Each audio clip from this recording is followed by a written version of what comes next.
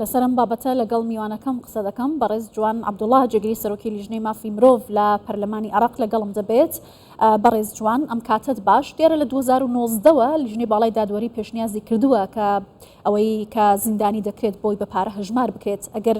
ناوەڕۆکی گشتی پرۆژەکەمان بۆ باس بکەی ئایا لە پەرلەمان ئەگەری هەیە تێپەڕێنرێت؟ کاتتان باش ئەو کاتە ئێوە و کاتەم بینەرانی کوردستان بستۆر باش. قانونی استبدالی عقوبة سالبة للحرية بمبالغ مالية مقترحة كتقديم كراوة للان 15 برلمانتار لبرلماني عراق وهروك أماجتان بيكر ديارة لصالي 2019 مسوديك بو للان مجلسي قضايا علاوة درابة مجلسي نواب بو دراسة بكري حالي لجنة قانوني كراوة بلام أوكات نەگەشتۆتەوە قۆناغێکەوە خوێندنەوەی کەمی بۆ بکرێ جارێکی تر دیار بوو ئەو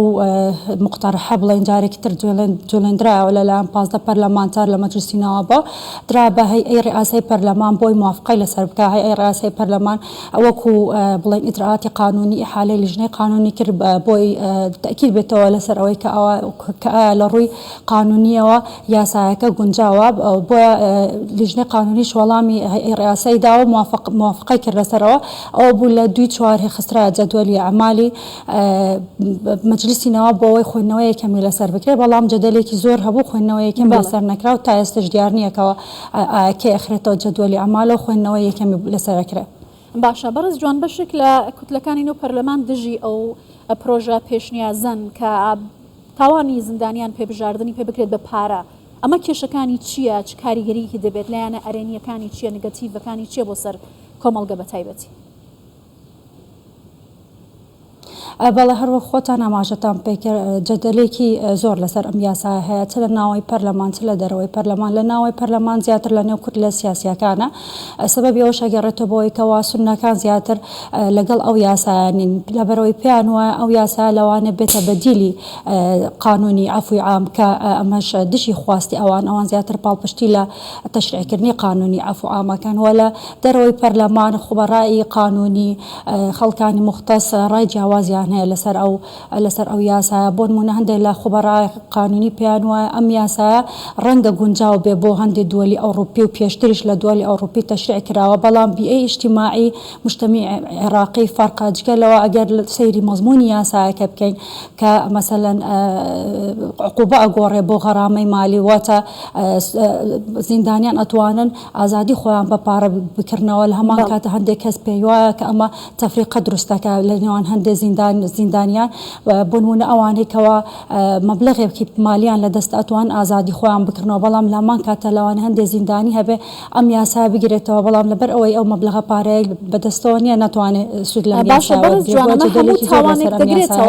تا ئێستا جیاواز با زیندانی قورس سزا دراون یا ئەوانەی کە ماوەی زیندانیەکان کەمە. ئەگەر باسی مەزموونی قانونەکە بکەین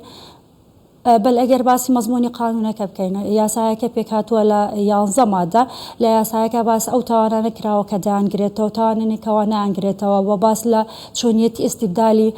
عقوبەی سالیبە للحوریە کراوە بە غەرامەی مالی. ئەو تاوانانەی کە دایانگرێتەوە تاوانی جونحەواتە ئەوانن کەوە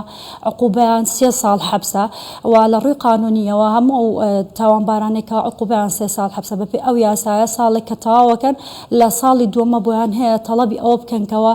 عقوبەکەیان بۆ بگۆڕدرێ بە غەرامەی مالی. بۆ ئەو مەشتەڵەبێک تەقدیمی محکەمەی ئەو محکەمەیەکەنکەوە حکومەکەی بۆ دەرکردوون و ئەم قانونە سوڵتەی داوە بە محکەمەکە ئەو تەڵەبە قبول بکە یان ڕەفز بکاتەوە. باشە پاساوی حکوومەتەوەیە کە ژماری زیندانیان زۆرە لە زیندانەکان نەخۆشی بڵاو بۆتەوە یا توانای هەڵگرتنی هەموو زیندانیەی نییە. ئەمە پاساوێکی معقولە بۆی کە بەم شێوازە مامەڵە لەگەڵ تاوانباران لە نێو زیندانەکان جا بکرێت؟ بەڵێ خۆ یەکێک لە ئەسبابی موجەبە ینی لە تەشریعکردنی ئەم یاسا هەر ئەوەیە خۆتان ئاگدارن کە دووە ئاماری وەزارەتی عەدل لە عێراق ینی باسی لەوەی کردکەوە مەسەلەی ئیقتیضاز واتە قەرەباڵغی لە سجونەکانە 300 تێپەڕاندووە بۆتەوەی ئەوەی کەوا نەخۆشی ینی زۆر نەخۆشی بڵاو بێتەوە لە ناو سجنەکانە وەجگەلەوە نەفەقەیەکی زۆر لەسەر دەوڵەتەوە کەوتە بۆیە ئەوان پێیان باشەکەەوە پاڵپشتی لەم یاسا بگرێ بۆ ئەوەی